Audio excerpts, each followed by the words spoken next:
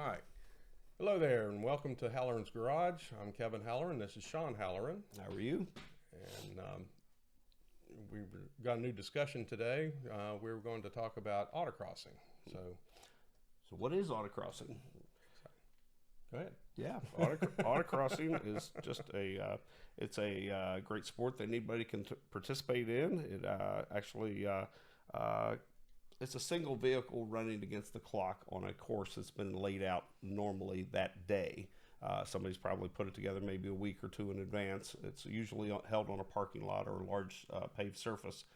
Could even be a closed course, but generally it's a single layout run. But you're running against cars. You're not running fender to fender. You're actually running against cars against the clock. Now, another car might start before you're completed, but that's a whole other detail. But you're not out there, banging fenders with anybody or do anything like that. So it makes it a really safe way to get in and to learn. Let's see. The courses generally are about 45 seconds to a minute and a half. Generally, not much longer than that or anything. Speeds don't generally exceed 60 miles an hour, and the course is laid out with pylons. So generally, if you have an issue that you've spun or done something like that, you are only hitting cones. It really isn't too big of an issue there whatsoever. So, and usually when you hit a cone, they penalize you 2 seconds. 2 seconds for every one you hit. Yeah. So you don't want to hit them. Majority of the time, they try to gear the autocross more in the 30 to 45 mile an hour range, not too fast. Now, like I say, sometimes you're up to more than that. Yeah. But let's see here. I'll go ahead and talk about how I got into this. I started out when I turned 16. I knew some neighbors that actually were in the local SCCA. And I found out about where they would have the events, and they usually had it once a month at one of the local parking lots. And I used to go sit down there in the Volkswagen bus and have the sliding door open and sit there and watch the event. And thought, one of these days I'm going to do this. I can't do it in a Volkswagen bus. It'd be a little tougher. It'd be a little tough. I was a little bit too tall and too narrow for doing that. Not that I wouldn't have tried, but if they would let me. Yeah. But it was usually a lot of, it was a lot of fun to watch, but I thought one of these days I'm going to do it. Well, in '79, I actually did a fun run where I paid $1 after the event was over and thought, I'm going to try this. Well, I did not do very well the first time I did it. Of course, I didn't walk the course, which is going to be something we would talk about. You need to know where all the gates are to go through to negotiate the course. And so anyway, but the next year I did join the club and I started autocrossing. First autocross I actually did that I was competing in. There were 10 people in the class I was running, which was at the time was F-stock with my Camaro. And I ended up getting 5th out of 10, I believe, with that event. And then from then on, I was usually somewhere between 2nd and 3rd. Usually, it was about as bad as I usually was. There was a couple times after that I was 1st, but not always. I had one guy that I was competing with that beat me all the time. So, but it was always great fun. So anyway, I took Sean the first time to an autocross and let him drive my Camaro, and had a lot of fun. It was an event that I was a little bit familiar with the Camaro. I'd driven it a few times, and so we had this thing, a box, I should say, and you would drive into it and try to negotiate through it and come out as more of a squared off situation. And I struggled getting through it, and I thought, well, I'll try to get through it a little quicker by shoving my foot on the clutch, giving a little gas, and seeing if I can swing the tail a little bit. Well, that proved to be kind of a disaster. And but it's it's one of those things. It's a learning curve. Autocrossing requires skill and hand-to-eye and anticipation of entry and exit of turns and things like that. How are you going to get into it? How late can you brake? Things of this matter that really you don't normally do in day-to-day driving. As a friend, our Ferris wheel friend says, it's the driving in anger. And so what but what you get out of all of it is your car control, your ability to negotiate the turn and try to get through it quicker, or try to find that little nth of a second that you can beat out your competitor or whatever. And it truly makes it a difficult thing to do well. And yeah. Well, and Sean says about he had a difficult time with the Chicago box. I told him he needs to kind of rev it up and let the clutch go and get the tail end out. And he did. He disappeared in about 360s down to the far end of the course. And one of the people that was in the club a long time, they said, "Kevin, don't kill him." And I was laughing, about to fall on the ground because he kind of overdid what I told him to do. But yeah, just a little bit. But he learned. I mean, I did. It was new experience. Experience, right? And I hadn't learned heel toe yet, and that was a task that I did teach myself. Read a lot of books and watched a lot of drivers and things, managed that, and so that probably would have helped a little bit in that, trying to get everything situated just right, entering that turn and exiting that turn. But these are things you learn though when you do this sport. You are racing against the clock, and you are running against guys and girls in your own class, and they are. It is fun, and to get those little seconds or tenths of seconds and things like that, can be really difficult. And it's just finding that little spot that is a little bit quicker than somebody else. Yeah, I've had some people that came in autocross later and said that Sean and I always intimidated them because we did so well, and they didn't understand. But we never tried to be. We always tried to help people if they didn't understand what was going on. I never wanted anybody to be intimidated or anything else by what we did. But like I say, we've been doing it a long time, and so anyway. But if you go out your first autocross, hopefully you're there and you know somebody already, or you get to meet some people. Like I say, hopefully you know somebody that's already there that can kind of mentor guide you through and make sure you're getting through it just without many glitches there. But right, getting in with the group and feeling like you're part of it, is it can be a little intimidating, particularly if you're going to some of the bigger regions and things like that. It can be a little more intimidating if you don't know anybody. So it is nice to take somebody with you, and or have somebody that you're meeting there that you're that you're able to ask questions of and things like that. Because you could get frustrated quickly, but if you stick with it, the rewards are fantastic. And so it doesn't pay money or anything like that. It's not a professional sport, but boy, it really, really is fun though to do it. And right, your day-to-day driving changes also. You learn to anticipate what traffic is doing around you. If you come up to debris in the road, you are much better prepared to negotiate around it and not hit it, potholes and things like that. You enter turns differently. If somebody's in your lane, you know how to deal with them coming at you and things like that. Not that you're seeing that on the autocross course, but that your brain is already tuned to going that direction, to working around the issue. Yeah, well, and the thing is, there's people that have road raced and they think, oh, I can do, autocrossing's easy. I wouldn't do that boring thing.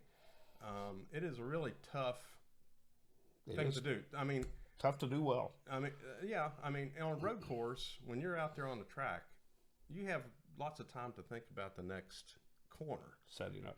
Generally, when you're on autocross, I mean, it's split seconds to where you need to be. You need to be a foot this direction or a foot that direction.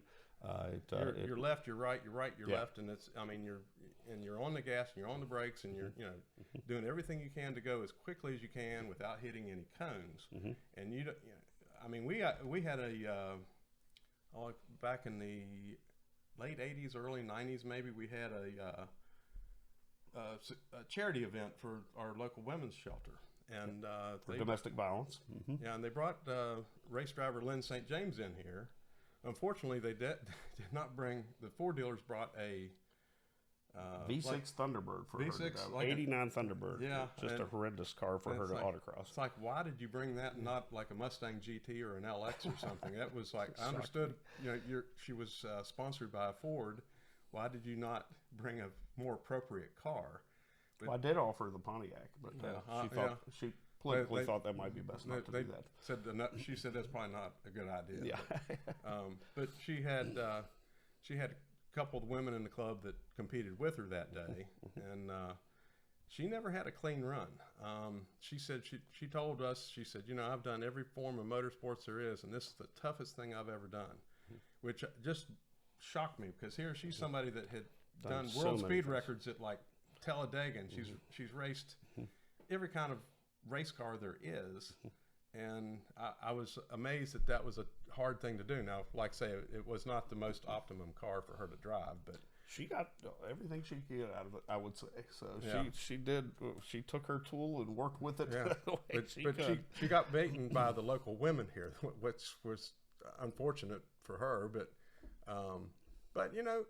it was a new learning experience for her, and it was something that she had never done. And and generally our local events, our courses are much tighter than some of these other bigger regions where they have these great big expanses of parking lots. We didn't always have that. So,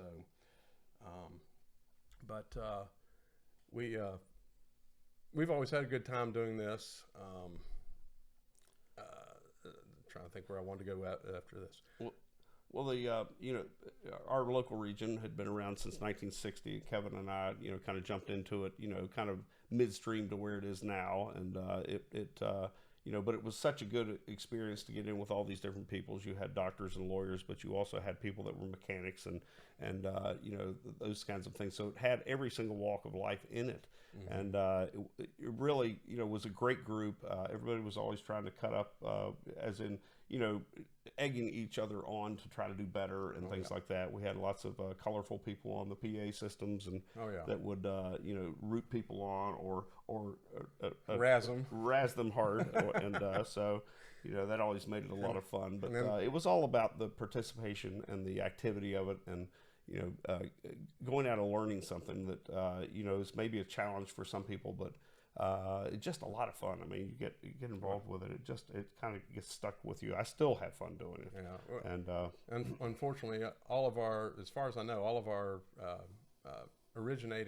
founding members of our local club are gone. Yeah. They're no longer with us, and they were all great people to get to know, and mentor they were with us. And they were.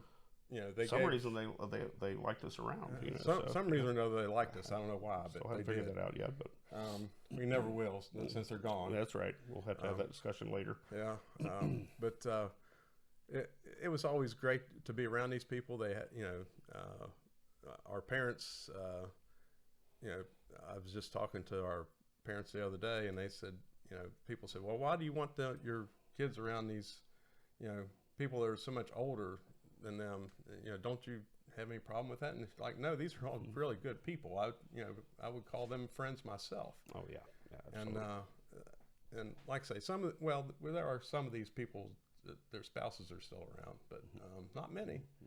And well, as Kevin said, he started running in the 70s there. I started in 81 and then joined Southern West Virginia region in 1982 of the Sports Car Club of America. Ran in a stock class, ran in a street prepared class, ran in prepared, in various cars, from 69 horsepower Subarus to, the Camaro to, Firebirds. And so a lot of fun with that. Now currently running a Vet, and I've got a Z06. But it's fun to get in there and learn a new car. Try to learn, like I said, every course is different, so you've got a challenge every time you walk up. Not everybody knows what's going on. You do that walkthrough, you take your time, you try to look at all the apexes and exits of the turns and things like that to try to come up with that little bit of extra speed. And, it just makes it a real nice challenge, real good brain thing to have to deal with. They have a lot of classes, as I mentioned, the stock classes. I think they call it street class now. Yeah, I think they do. But at least SCCA does. Yeah, when Kevin and I started, they had stock, street prepared. Well, we didn't have street prepared. Didn't have street prepared initially. Yeah, stock prepared and modified. Modified, right, yeah, right. And then they added street prepared, which was nice. It gave you a little bit more things that you could do to your car. But now they've got some street tuner classes and things like that, and they break them down into tread wear classes and things, and you can have 200 tread wear tires are above and run in this class, or you could be 200 tread wear and down below and you run in this class. So, you always want to make sure you've got good tires, regardless of what you're running on. Right. You don't want cord showing through or anything like that. Well, or you don't want aged out tires that are hard as a brick. You don't want that. Right. That's, and one of these days we'll talk more about tires, but you want to make sure your tires are less than 5 years old, and aren't worn out. And like Sean said, no cord showing through. You don't want, and that's kind of a bad thing. So, really bad thing. But and when you go to the event and you get signed in, what have you, they'll do a tech inspection on your car. Make sure that you got to make sure all your fluids are up. Make sure that tire pressures are up. And a lot of people didn't like to run a full tank of fuel, but I always, on the carbureted cars especially, I always wanted a full tank of fuel. And really, I like to have a full tank anyways, just so you don't have all that fuel sloshing around, making a pendulum in your car somewhere. You get all that fluid sloshing from side to side. It tends to affect the handling of the car. And you want to make sure that all that's good. You want to make sure you got plenty of brake fluid. Make sure your oil's up to at least the full mark. At least, yes. Sometimes a little over full. Half a quart or possibly a quart over. Sometimes doesn't hurt at all. Depending upon the car. Depending on the car. You don't. Half a quart's probably okay, but beyond that, you got to start to wonder if you have the. You don't want to have frothing problems in the engine with too much oil in there, but. And you'll need to have a Snell approved helmet. I have one here on the table right now. And they generally have those age out too. So you have to make sure you're current on that. You need to make sure that you're aware of whatever the rules are for the club. But they will have they'll do a tech inspection. They will have a driver's meeting, and they will discuss what's expected of you, and how you're supposed to act and react if there's on and off the course. On and off the course. And you'll have people out there that, generally when you're not running, you might be working a corner. Yes. And generally they don't just send you out there by yourself and not, there's generally at least two people at a corner, one to kind of watch and one to use the flag and maybe a radio to let the timing trailer know what's going on, timing and scoring. And you want to make sure that you are hydrated. Yeah, you want physically. Make sure you got plenty of stuff to drink. You got a functioning seat belt. Because you cannot hold yourself in a seat when you start carving around through tight turns and things like that. You really cannot hold yourself still. No. And so minimum at least to have the factory belt in it. If it's a car pre-seat belt, make sure it has some kind of belt in it. A lap belt, it must have that. Yeah, it has to have at least a lap belt. Yeah. You cannot run without a belt. Right. That's a major requirement. But after the driver's meeting, you will walk the course, and generally it's a big group, and hopefully you can find somebody that you can walk with that's done it before, or you can listen to how they think you ought to negotiate each of the corners and cones, what have you. Like I say, you do not want to hit a cone. The cones do cost you points. Yes. Add to your time. That's what it does. So if you 2 seconds generally. So if you ran a perfect 60-second run and all of a sudden you've hit 5 cones, well, there's the 70-second run. That's right. So you don't want that. Hard to be in the hunt that way. Yeah, it's kind of tough. You don't want to be the pylon king. No. At the end of the season, you don't want to be the guy that's collected the most pylons. Yeah, so, and we used to have our end of year bent pylon award. Yeah. Anyway. Yeah. But why do people want to do this? It's just it's the learning experience you can get out of it. It's the people that you hang out with. Hopefully you have a lot of fun. There's the post event where you're all gathering and everybody's drinking coffee and carrying on. There's the walkthroughs. A lot of people walk the course multiple times before the event even starts, which is absolutely acceptable. They generally once they start the event, generally it clicks along pretty good. They could have some issues where a timer goes down, or somebody could take a timer out. Hopefully not. That does happen sometimes. Yeah, you're pretty much done for the day if you took out the timer. Yeah, well, if they can't get it fixed for sure. But but having getting out there and doing it thing where you're involved with it, and you're trying to get you're trying to learn these things and trying to pick up that little bit of time out of what you're getting in your class. You're trying to beat whoever ahead of you, or you're trying to stay ahead of somebody. It's a real challenge and a lot of excitement. And again, we talked about how much sharper it makes you just in your street driving and your daily commute. You just start to think about things differently after you do this a good bit and start being involved. Kevin and I have been involved over 40 years now, and I still get excited about it. I mean, why do you get excited about it still? I just love it. It's still a lot of fun. Well, and the thing is, the first time you do it, you got the butterflies, you're all nervous and everything. It's like you don't want to screw up. Then you get out there, drop the hammer, and go at it. The butterflies aren't really anymore. Don't really get to me. I do get excited about autocrossing. I do. I don't want to screw up. But the thing is, you want to be as quick but as smooth as you possibly can. You do not want to. Everybody thinks all got they're slinging the tail out or whatever and think that's fast. It looks drifting fast. Around, as they would say, and trying to come powering out of a turn. Well, you could do that to a point, but you better be getting Yeah, but that if you do that, a run like that, and then you do it without sliding it out, you're going to find out the one where you didn't slide it out, you were actually faster, even though the sliding out felt faster. Oh wow, you were fast. I used to have people tell me, said, man, you weren't very fast out there, and then my time would pop up and say, yeah, I was. Well, it was always true to see people, when you saw somebody run, and it might be an older person or whatever, and they're driving so smooth, they're like, God, that can't be fast. No, it can't. And boy, all of a sudden you go, whoa, where's that time come from, man? So anyway, the guys that are the showboaters are generally going to be slower. Yeah. Well, well, it used to be. I mean, one of the founding members used to be he used to have FTD all the time. And here he was, in his 60s and approaching 70, and he was still kicking everybody's butt. And it was like quite fast. He was really fast, and it's like, wow. Of course, generally we drove larger cars than what some of these other guys did. They would drive smaller cars. We would drive Camaros or Firebirds and now Corvettes. And I've also autocrossed Boxster, but the Boxster's a much smaller car. But from a former member, you bought that car. Yeah, that's right. One of the founding members, actually. And but the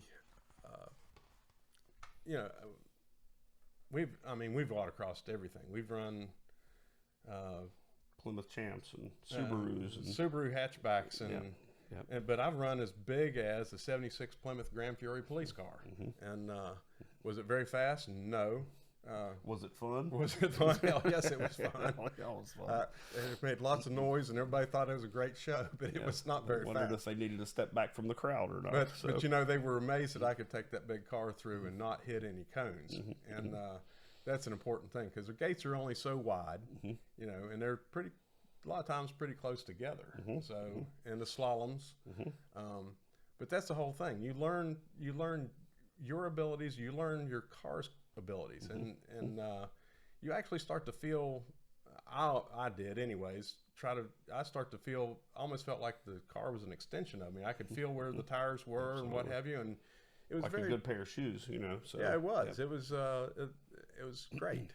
And but I highly recommend it for everybody and anybody. Whether you want to continue to autocross, I think people ought to autocross at least a couple times in their life, just to just for the learning about themselves and their cars, And we had somebody that came up to us and at one of our Porsche events, he was talking about he was going to go do a track day, and my wife said to him, well, have you ever done a track day? He said, no. Have you ever done, and we were on a road tour.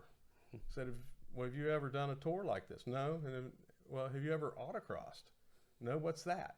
And I sent him to go do that, and I think he liked it. I don't know. I don't know for sure. I haven't had a chance to really ask him about it since, but you know, I think that was a learning experience to him. Well, there are drivers that, you know, professional drivers. Randy Popst, you know, he started out autocrossing, and you know, has stepped into the highest, some of the highest forms of motorsport as a professional. And but his humble beginnings, I believe, were in a Rabbit, you know, an early Gen 1 Volkswagen Rabbit, and so.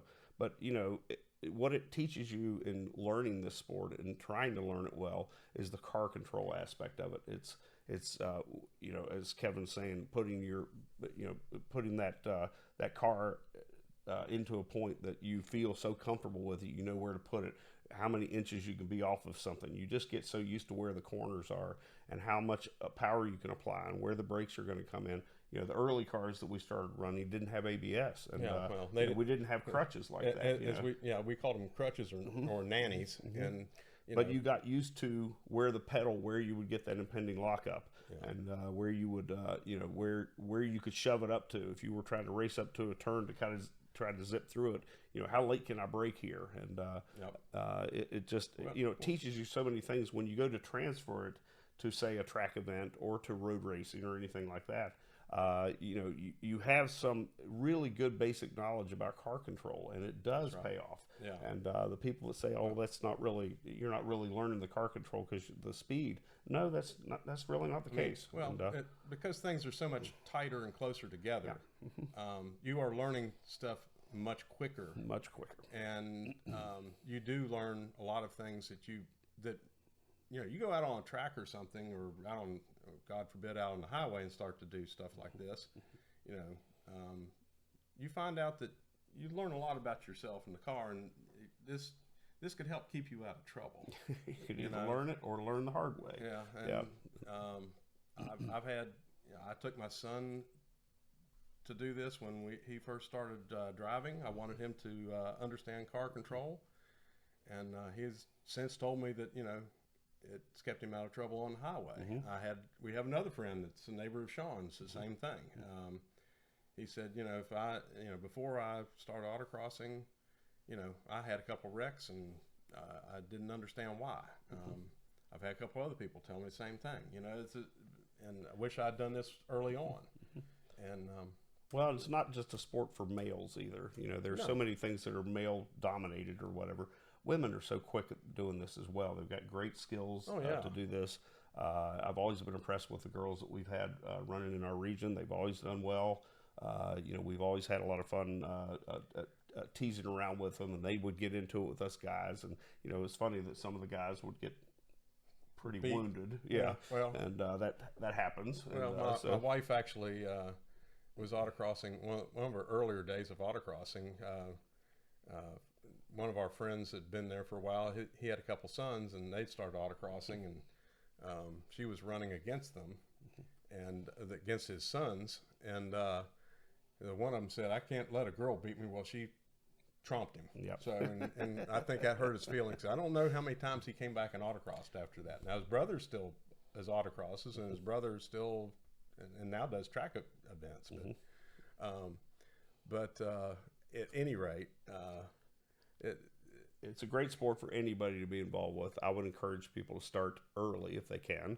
But don't let the age thing. You know, we had our Ferris wheel friend. His dad started at 65, started running, and he had more fun. He had a Mustang GT, a '95 model, I think it was, and he had so much fun with that. He really, you know. Plus, he said he learned. There were things that he'd never known. He'd been around cars all his life, but he learned so much about his car control and things like that, and mixing it up with all the younger people. I think it was a great thing for anybody to be involved with, whether you're male, female, young or old. You jump in it and you try this, you have fun at it. And and originally, and they still do, but the SCCA has men, you know, open classes and women's classes. Well, most of the women around here were like, "Well, I'm going to run with the guys. The open class, I'm going to run the open class. I'm not, you know, don't penalize me or what, you know." Because, and generally there weren't that many women that ran, and they just felt like they were better off to run with the rest of the guys, which, and they had a good time. We all gave each other a hard time, and sometimes they thumped us, and sometimes we thumped them. So it was always it was a lot of fun. Yeah. Just the camaraderie of it, and getting them with all these people, and having that good time, and there's no better way to spend a weekend, day, or multiple days, depending if it's a couple day event or not. But it's just a lot of fun to be involved. And then afterwards, we always generally get together and find some place to hang out a little bit, might have a few beverages, and just have a really good time with people, talk about the day. And yeah, I mean, we might go to, after the event's cleaned up, we might go to a restaurant, we might go to somebody's home, whatever, and sit down and maybe watch some videos or whatever. There might be some videos to watch, and we talk about, that was, oh God, how did you get through that quick? How'd you do that? Yeah, exactly. Yeah, that was a lot of fun. There was something else I was thinking, and I've lost track. But really though, to get into this, I don't think anybody should not try this, and so hopefully our discussion today has kind of given you some ideas about some of the things that are going on. Find a local region. SCCA is great about it. They post a lot of their things on their websites. In our area, we have Blue Ridge region, we have our Southern West Virginia region, and we have River City region, and we have there's Steel Cities up in Pittsburgh, and then their North Hills Sports Car Club also. And but it's just a lot of fun to get involved with, and I highly encourage anybody to do it, just for the fun of it, and for what you're going to gain out of it, and having fun with your car. I mean, that's the bottom line. Well, and I forgot to talk about this, and it was something I was thinking about a few minutes ago. When we first started out, there were just people of legal driving age and real day-to-day cars, or race cars. But there are people that they have now developed classes in the SCCA for kids to run carts. Race little low-powered. They're not yard carts. These are actual like race carts, but they have like maybe a centrifugal clutch and I don't know how big a motor, 5 horsepower maybe. But what a great way to get them involved early, right. And then, the people that we've seen in the carts, once they get into the carts, when they are able to graduate up, or maybe they decide to stay in the carts, but they graduate up, they get into the cars, they've already got some really great car handling abilities. Yeah. And, it's again, I can't overemphasize how good it is to get people involved and get involved. And bring your family, bring your wife or your boyfriend or whatever, and just come and have fun and try it out. And it can be a good family thing. I mean, if you got kids, you might come with your daily driver, or it might be a sports car, it might be a sedan, or designated, or it might be a designated car. But then again, you might have. I mean, some of these people, like say, they come there. They bring a car, they might have a trailer, and they have a go-kart for their kid. And now generally when the carts are running with the kids on them, I can't remember what the youngest is allowed to run now. It's been a while since I paid attention to that. I'm not sure, yeah. But they're less than 16. And but they are, they set that up. But when we have the carts run with the kids, nobody else is allowed to drive their car. I mean, you have to sit and watch. You allow the kids to run. They do their runs, and then move on with the event from that. Then you go back to the other cars. But but it's really fun to watch the kids run as well as. Well, and they're having a huge time. Oh, absolutely. I mean, I wish they had that when we were growing up, because I think God, Mom and Dad probably would have lost their mind. But Probably. But, anyway, but it's a great bunch of people generally. You have a lot of fun. Like I say, you can go give everybody a hard time. We actually had a term we actually like to call the person that got FTD for the day, and we won't go into that. But. That's an A and an H in it, but anyway, but hopefully this does help you get some kind of insight into it, and there is lots to it, and you know, there's a lot to learn. Go in with try to park your ego if you can, and just jump in and go have some fun. Go with the knowledge that you're going to have fun. You're going to you're out playing with your car. I mean, God, how much better is that? You know, you're thrashing against people that you're trying to beat. You might not even have anybody else in your class, but you're going to try to beat somebody in the class ahead of you, or something like that. But just go out and have fun, and you know, try to get as much out of it as you can. Ask lots of questions. See the guys that are putting up the quick times. See if they'll give you a moment of, how are you getting through this turn? How are you doing that? And just try to take it in. Just soak it up. Read books, and you know, try to. Well, and there's videos anymore to watch, absolutely. which there weren't, you know, when we first started out. Oh, God, I mean, no. Yeah. there wasn't much that, you know, Other than books and things and watching. well, and people there wasn't even a whole lot of books on autocrossing No, back then no. either. So, but you know, it's a great thing to get into. Good time. It's not, you know, I see a lot of these. I see some of these people get into like RC cars, and they tell me how much they're spending on stuff for their RC cars, and it's like, wow, I'm not sure I could do that. Yeah. That's a lot of money, but it's much cheaper, I think, to autocross than it is that some of the stuff. But but hopefully, like we said, you know, we've come to a you just come to an event and open your eyes and just have some fun. There are local regions around. Get on Sports Car Club of America, like I said, is a great place to check. The Porsche clubs and the BMW clubs do their own events as well, and some of these other clubs. So just go get involved. Go have some fun. I mean, it really is great. Yeah. And if you don't like it after you do it a time, I would hope you would, but you know, you might not, and it might not be for you. And but otherwise, it could be something else you just put in your wallet there, that you have something else you enjoy doing. And so we certainly hope this has made. Giving you some insights into it and a little bit of our background into it, and but you know, we do appreciate you all watching. Hopefully, we'll have something else good to talk about next round. Yeah. All right. Well, thank you for joining us today. And again, you know, keep it between the mayo and the mustard, and don't end up ketchup. And we'll run from there. That's right. Have a good day, and we'll thank you very much. See you next week. Thank you.